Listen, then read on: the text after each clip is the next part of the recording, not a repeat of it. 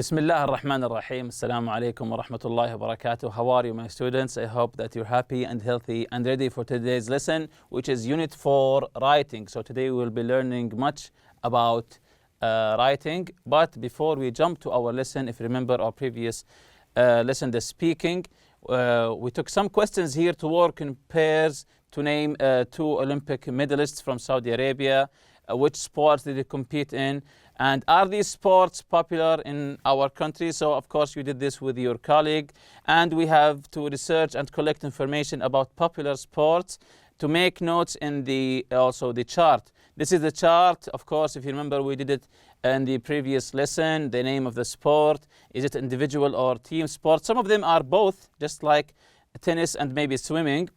How and where it is played, what's the objective, and why is it popular? Of course, we've answered all of these, and you can put your own answer. Of course, it doesn't have to be my answer. You can choose whatever sport you want and fill the chart yourself. So these are today's objectives: to analyze a text to its main points, label each part of the plan, organize activity steps, write notes about the sport, demonstrate an understanding of a text, infer the important information from a text, use the appropriate words or phrases as headings, demonstrate an understanding of how to write an email. So today these are objectives and we'll be doing them all. So do you know how ice hockey is played? Of course, you can see this picture. I think you know the sport here. Yes, it's hockey or ice hockey. It's famous in maybe Canada and also Norway, where the countries that they have the cold weather throughout the year. Do you know how ice hockey is played? Look at the picture and guess. So try to guess. How is it played? When they play hockey, what do they do? When they are skating throughout the rink, what do they do? You can see in the picture here, they're carrying some sticks and they're chasing a black object here. And there's, in the background, you can see there's a net or a goal. So I think now we can come up with something that they're trying to hit this object and get it through the net. Compare ideas, information in the class. So I think it's obvious from the picture here. Maybe what's the main goal of hockey is just to stick this object using the stick, of course, in the other team's net. So number one, read the first part of the text and label the different parts of the ice hockey rink. Your team is on the left. Your team is on the left. So we'll be reading the first part of the text and to label the different parts of the ice hockey rink. As you can see here, this is the ice hockey rink, and your team is on the left. And you have the places of the players here: 1, 2, 3, 4, 5, and 6. So we'll be writing each of the places, each of the positions here. We'll be learning all of that just from this first paragraph. So let's listen to it together. Ice hockey is played on a rink that is 200 feet, 61 meters, long and 85 feet, 26 meters, wide, with painted lines to indicate various zones. The area behind the blue line of a team's side is called its defending zone. The area behind the opponent's blue line is the attacking zone, and the area between the two blue lines is the neutral zone. There are two sets of goal posts at either end of the rink with a net attached behind them. The red line between the two posts is the goal line. The area in front of the goal is called the crease. So now that we have finished listening to the first part, I think you can guess what each position here, and there's the one already done for you, number 2. You can see number 2 here. This is the defending zone, because this is your team is on the left. This is your area. So here you have to defend your goal. So number 2 is the defending zone. What about number 1? What's the position here? I think it's an obvious answer. It's the goal post. This is your goal here. This is the goal post. What about number 3? You can see that here. It's here in the middle. So number 3 is, yes, the neutral zone. The neutral zone. So it's not your place or the opponent's place. It's just in the middle. So this is neutral zone. Number 4 here. Number 4 is the attacking zone. So number 4 is the attacking zone. Number 5. What's number 5 there? Right there in the corner. You can see it. This is the goal line. So this is here. Number 5, as you can see, this is the goal line. Number 6, right in front of your opponent's goal. What is it called? So it's the crease. The crease. So as said in the last line here, the area in front of the goal is called the crease. Of course, in the opponent's goal, not your goal, the opponent's goal. The area in front of your goal is called the goal post. So number 2 here, read and find out, then discuss, compare answers in class. So we'll be reading the whole article, but first let's read these questions to answer them afterwards. How many players does each team have? What kind of players are they? Is it like football, 11 players in a team? Let's see. What is the objective of the game? What do you do? What's the objective? What kind of equipment do players use? I think we discussed this earlier, the equipment, maybe the sticks. Maybe we'll see more. We don't know. What is allowed and what is not allowed? The rules. What is allowed? What is not allowed? What are body checks? Why are they used? So there's something called body checks. What are they and why are they used? How does the puck move? How does the puck move? How long are penalties? How does the puck move? The puck, of course, is the black round object that they try to move. And how long are penalties? So these are the questions. I'll be playing the article now. So let's listen and try to come up with the answer from the article. So let's listen together. Ice hockey is played on a rink that is 200 feet, 61 meters, long and 85 feet, 26 meters, wide with painted lines to indicate various zones. The area behind the blue line of a team's side is called its defending zone. The area behind the opponent's blue line is the attacking zone, and the area between the two blue lines is the neutral zone. There are 2 sets of goal posts at either end of the rink with a net attached behind them. The red line between the 2 posts is the goal line. The area in front of the goal is called the crease. Each team has 3 kinds of players, 3 forwards, the center and 2 wingers, 2 defensemen, and a goaltender. The objective of the game is to score goals by shooting the puck, a hard rubber disc, into the opponent's net. The players control the puck with a long stick curved at one end.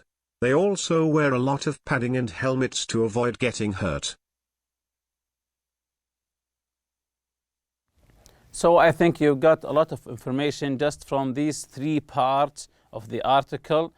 I think the first part is already done, the positions of the players. Number 2, each team has 3 kinds of players, 3 forwards, 2 defensemen, and a goaltender. So I think now we know how many players. The objective of the game is to score goals by shooting the puck. So I think we've answered just from this part of the article many questions that were asked previously. Let's continue the article here, 4, 5, and 6. Players are not allowed to use their hands in order to redirect the puck nor pass it to their teammates, unless they are in the defensive zone. They may redirect the puck with any other part of their bodies, but not kick it. The boards surrounding the ice keep the puck in the rink and are used to body check opponents, i.e. push them against the boards in order to stop their progress. Play can also be stopped if a goal is knocked out of position. It is then restarted with a face-off, i.e. two players face each other on the ice and try to gain control of the puck that an official drops to the ice. If an offensive player interferes with a goaltender's defense, he is given a penalty and sent to the penalty box for 2 to 5 minutes. So now that we have listened to the article, let's answer the questions. Number 1, how many players does each team have? What kind of players are they? So, the number of the players and what kind of players are they? I think you can find that in the second or the third part of the article. So let's see the answer here together. Each team has 6 players. So the total is 6 players a team. 3 forwards, 2 defensemen, and a goaltender. Again, 6 players. What kind of players are they? 3 forwards, 2 defensemen, and a goaltender. What is the objective of the game? What's the objective of the game? The reason, what's the objective? What do you do? What's your goal here? So, the objective of the game is to score goals by shooting the puck into the opponent's net. So, it's as we guessed in the beginning of this lesson when we analyzed the picture, is you use your stick to hit the puck, the circular or the round object, to get it in the opponent's net. So this is the objective of the game. Again, the objective of the game is to score goals. How? By shooting the puck into the opponent's net. The next question, what kind of equipment do players use? So the equipment during playing. So what do they use? I think this is an easy one. Players use a stick, a helmet, and a padding to avoid getting hurt. So they use the stick, of course, to move the puck, a helmet for protection, and also they use paddings on their arms and maybe the entire body. Why? To avoid getting hurt, because maybe they will be hitting each other all the time. So stick, helmet, and a padding to avoid getting hurt. Next question, what is allowed and what is not allowed? So these are the rules here. So the correct answer, players are not allowed to use their hands in order to redirect the puck unless they are in the defensive zone. So you don't use your hands, it's not allowed unless you are in the defensive zone. They may redirect it with any other part of their body, but not kick it. You can redirect it with any redirect it with any part of your body, but not kick it. What are body checks? Why are they used? So I think you've heard the term body checks. What are body checks and why are they used? So the answer is body checks are moves that involve pushing opponents against the boards that surround the rink. So body checks are moves that involve pushing opponents against the boards that surround the rink. How does the puck move? So the puck, the round object, how does it move? Using what? So let's see the answer here. The puck is pushed with a stick by players towards the opponent's net, or redirected with the players' bodies, but neither kicked or pushed by hand. So you can use a stick or any part of your body, but not kick it or using your hand. So the puck is pushed with a stick by players towards the opponent's net, or redirected, just to redirect with the players' bodies, but neither kick it nor pushed by hand. How long are penalties? If there's a penalty, how long is the penalty? So it's just for from 2 to 5 minutes. How long are penalties? 2 to 5 minutes. I think you can find this in the last of the in the ending of the article. 3 here, use the appropriate words or phrases as headings. So we have 6 parts of the articles, and we have to put the correct heading in each one of them. So it's like a small title for each of part of the article. We have penalties, moving the puck, equipment, players, stopping the game, and the rink. So let's listen to the first 3, then we will decide which is which. Ice hockey is played on a rink that is 200 feet, 61 meters, long and 85 feet, 26 meters, wide with painted lines to indicate various zones. The area behind the blue line of a team's side is called its defending zone. The area behind the opponent's blue line is the attacking zone, and the area between the 2 blue lines is the neutral zone. There are 2 sets of goal posts at either end of the rink with a net attached behind them. The red line between the 2 posts is the goal line. The area in front of the goal is called the crease. Each team has 3 kinds of players, 3 forwards, the center and 2 wingers, 2 defensemen, and a goaltender. The objective of the game is to score goals by shooting the puck, a hard rubber disc, into the opponent's net. The players control the puck with a long stick curved at one end. They also wear a lot of padding and helmets to avoid getting hurt.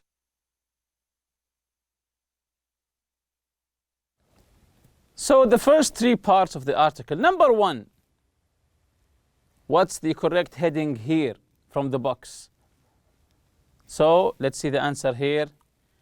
It's the rink, because it's talking about the rink and each position in the rink. What is it called? Number 2 is the players, because it's talking about players. How many are there, and what are they called? There are 3 forwards, 2 defensemen, and a goaltender. What about number 3 here? The objective of the game. This is the equipment, using the puck, the stick, the helmet, the paddings. So these are the equipments. So number 4, 5, and 6. Let's listen to this part of the article, then we will be answering each heading. Players are not allowed to use their hands in order to redirect the puck nor pass it to their teammates, unless they are in the defensive zone. They may redirect the puck with any other part of their bodies, but not kick it. The boards surrounding the ice keep the puck in the rink and are used to body check opponents, i.e. push them against the boards in order to stop their progress. Play can also be stopped if a goal is knocked out of position. It is then restarted with a face-off, i.e. 2 players face each other on the ice and try to gain control of the puck that an official drops to the ice. If an offensive player interferes with a goaltender's defense, he is given a penalty and sent to the penalty box for 2 to 5 minutes.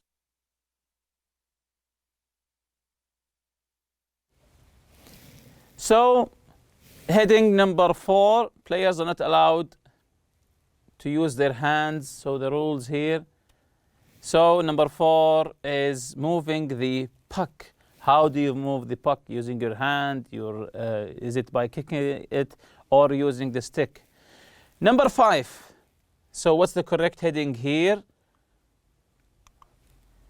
Stopping the game. Stopping the game, because it says here the boards surrounding the ice keep the puck in the rink and are used to body check opponents, push them against the boards in order to stop their progress. So this is stopping the game. What about number 6? I think this is an obvious one. Of course, it's talking about penalties. If an offensive player interferes with the goaltender's defense, he is giving a penalty and sent to the penalty box for 2 to 5 minutes. Excellent. Exercise B here. Choose a sport or a recreational activity that you like doing. Think about the sport or activity and make notes in the chart. Add more steps or stages if necessary. Use your notes to write an email to your friend giving information about your sport or recreational activity. So this is the chart. You have to fill name of sport or recreational activity. Where can you do this activity or sport? When can you do this activity? For example, summer and winter, etc. Do you need any special equipment to take part in this activity? Just like hockey, do you need a stick, a helmet? What do you have to do to prepare for this activity? What is involved in doing the activity? As in stages, the rules, etc. Why do you like this activity? Would you recommend this sport or activity to your friends, and why? So you have to fill this chart using a sport or activity. For example, I chose football. Where can you play? Where can you do this activity? In a pitch, of course. Or if you want to do it unprofessionally, you can play it anywhere. When can you do this activity? Summer, winter, I can do it. We can play football at any time, day or night, summer or winter. Do you need any special equipment to take part in this activity? A ball and 2 goals. We don't need any special equipment, no sticks, no helmets. We just need a ball and 2 goals or 2 nets. What do you have to do to prepare for this activity? What is involved in doing this activity? The rules, for example. Of course, the team who score more goals wins. The team who score more goals wins. Why do you like this activity? Of course, we all find it fun and competitive and enthusiastic. We all like to play football, especially with our friends. And if they are in your team, of course, you'll be having lots of fun. Would you recommend this sport or activity to your friend? Of course, I would do. Why? Because it's really fun and it's a sport. This is the letter that you'll be writing. This is an example, of course. Hi, Majid. How's school? How's your family? I hope you are all well.